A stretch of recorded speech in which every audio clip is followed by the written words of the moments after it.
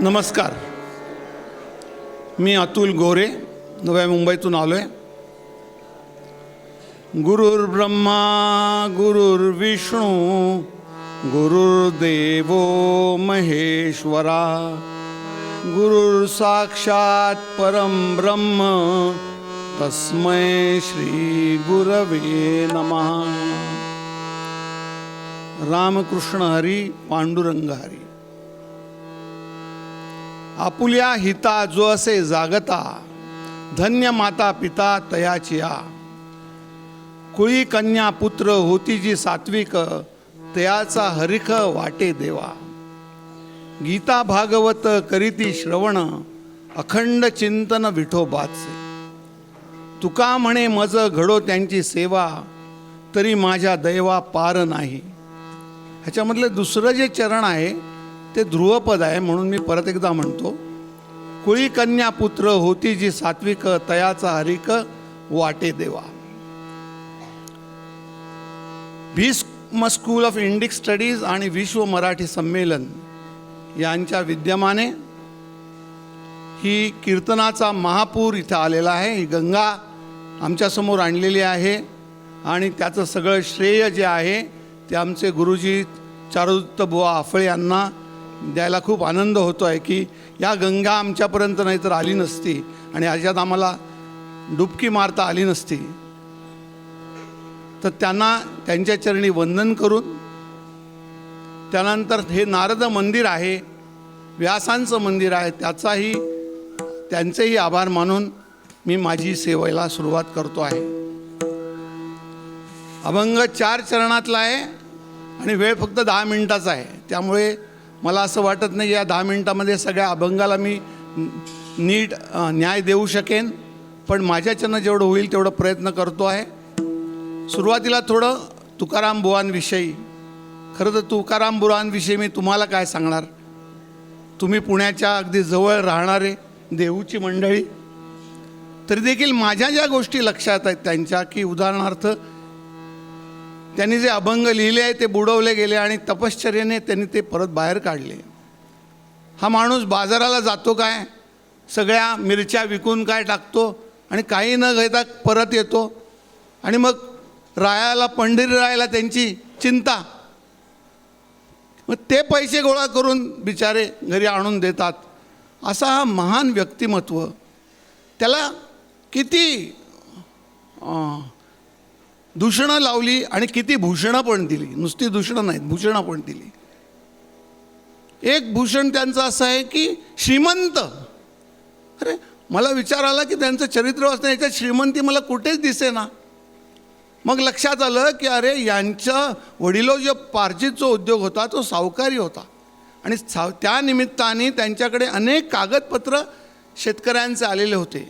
आणि जेव्हा शेतकरी अडचणीत आले तेव्हा कुठली न अट मांडता, कुठलाही एक पैसा न घेता ते सगळे कागदपत्र या ग्रस्तांनी परत करावेत. ह्याच्यापेक्षा आणखी श्रीमंती ती काय असू शकते असं मला शंका येते. जगद्गुरू म्हणतात त्यांना. मग एवढी मोठी परंपरा असताना तुकाराम कसे काय बुवा जगद्गुरू. तर जेव्हा मी ते सगळं वाचतो त्यांचं तेव्हाही लक्षात येतं की आज जरी गाथा मी वाचायला बसलो ना तरी जवळजवळ मला कुणाची मदत लागत नाही. मला ती सगळी समजते. अत्यंत अडाणी, अत्यंत सामान्य माणसाला सुद्धा ती गाथा समजू शकेल इतक्या साध्या सोप्या शब्दामध्ये ती गाथा मांडलेली आहे. 4000पेक्षा अधिक त्याच्यामध्ये अभंग आहेत. त्याच्यातला मी जो अभंग निवडलेला आहे तो 4था अभंग आहे. त्याचा संपूर्ण मला काही सांगता येणार नाही, म्हणून मग मी थोडक्यात सांगतो. कारण प्रत्येक अभंग आहे ना तर काहीतरी मार्गदर्शन आहे. या ठिकाणी कुटुंबाला, आईवडिलांना आणि मुलांचं मार्गदर्शन आहे. काय करायला पाहिजे या कुटुंबामध्ये, काय करायला पाहिजे या मुलांनी. तर पहिली गोष्ट म्हणजे आपलं हित सांभाळायला पाहिजे बाबा. ते सांभाळल्याशिवाय पुढं या माणसानं कधी आपलं हित सांभाळणं ती गोष्ट वेगळी, पण आपलं हित सांभाळायला पाहिजे ही पहिली गोष्ट मुलांनी लक्षात ठेवायला पाहिजे. आणि आईवडिलांनी तसे संस्कार मुलांवर करायला पाहिजे. आणि ते जर संस्कार केले तर ते माता पिता माझ्या दृष्टिकोनातून धन्य आहेत असं बुवा म्हणतात. कुळी कन्या पुत्र होती जे सात्विक, त्यामुळे त्या मुलांना जर सात्विकपणाचं शिक्षण आधीपासून, म्हणजे आई वडील जर सात्विक असले तर मुलं सात्विक होतातच, त्यांना काही पर्यायच नसतो. तर त्यामुळे आईवडिलांनी जर सात्विक जीवन जगले तर मुलं आपोआपच सात्विक होतील. आणि याचा हरिख कुणाला वाटतो? सामान्य माणसाला नाही तर देवाला, प्रत्यक्ष देवाला त्याचा हरिख वाटतो असं बुवा म्हणतात. आणि पुढे जाऊन ते म्हणतात, गीता भागवत करीती श्रवण, सतत त्या मुलांच्या कानावर गीता आणि भागवत पडलं पाहिजे. आणि याच्यासाठी आईवडिलांनी प्रथम काम करायला लागतं. आई हा पहिला गुरु असतो त्या मुलांचा, त्यामुळे त्यांच्यावरही जबाबदारी आहे. आणि ही जर जबाबदारी या कुटुंबाने पार पाडली तर तुकाराम काय म्हणतात, तुका म्हणे मज घडो त्यांची सेवा. अशा कुटुंबाकडे मला जायला पाहिजे, त्यांची माझ्याकडून सेवा व्हायला पाहिजे असं. आणि हे जर माझ्याकडून झालं तर माझा दैव अपरंपार आहे असं तुकाराम या संबंध ह्याच्यामध्ये म्हणतात. पुढे जाऊन मला एक गोष्ट सांगायची आहे की मी हा अभंग का निवडला असा तुम्हाला प्रश्न पडला असणारच. मी आहे इंजिनियर आहे, मॅनेजमेंटमधला, आणि मी गेली 25 वर्ष मॅनेजमेंट शिकवतो आहे. म्हणून गुरुजींकडे आलो होतो की मॅनेजमेंटवर काही कीर्तन आपण करूया का, आणि ते मला तुम्ही शिकवा, कारण तुम्ही कीर्तनाचे मास्टर.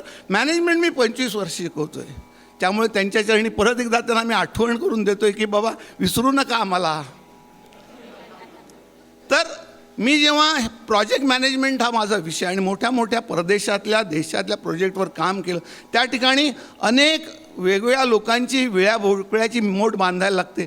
आर्किटेक्ट असतात, स्ट्रक्चरल इंजिनियर असतात, कन्सल्टंट असतात, MEP consultant, electrical consultant, HVAC consultant, you name it, त्या सगळ्यांची मोड बांधायला लागते.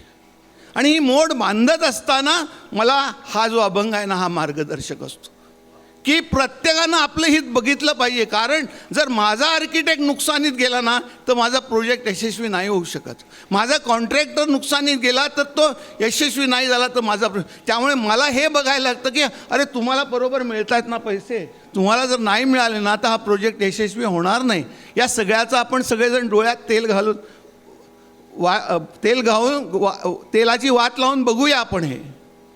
त्यानंतर त्यांचा जो विठ्ठल आहे ना तो प्रॉफिट आहे आणि त्यावर सतत त्यांना लक्ष ठेवायला लागतं. क्षणाचं जरी त्या प्रॉफिटवरनं दुर्लक्ष झालं तर कधी त्या विठ्ठलाचं रूपांतर सैतानात होईल काही सांगता येत नाही. त्यामुळे सतत याकडे लक्ष द्यायला लागतं. हे लक्ष दिलं नाही तर त्या प्रॉफिटचं रूपांतर नुकसानीत होऊ शकतं. हा पण त्याच्यातला भाग आहे. त्यामुळे मला असं वाटतं की मी हल्ली हा अभंग शिकलो, परंतु हा अभंग मी गेली 25 वर्ष जगतोय हो. त्यामुळे मला असं वाटलं की या अभंगाचं काहीतरी माझं रिश्ते नातं आहे आणि म्हणून तो अभंग मला इथे सादर करण्याची गरज आहे.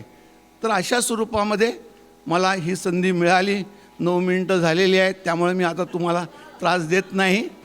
त्यामुळे सांगितले की 9 मिनिटाचंच करा, शक्यतो 10 मिनिटं पण करू नका. त्यामुळे तुम्हाला फार त्रास देत नाहीत. आपण सगळ्यांनी हे सगळं मनापासून ऐकलं. मला पहिल्यांदाच संधी दिलीत. या क्षेत्रामध्ये मी कसाबसा 17व्या वर्षी पदार्पण करतो आहे, त्यामुळे जरा मला सांभाळून घ्या. काही चुकलं असेल तर पोटात घाला आणि माझे धन्यवाद ॲक्सेप्ट करा. परत एकदा रामकृष्ण हरी, पांडुरंग हरी.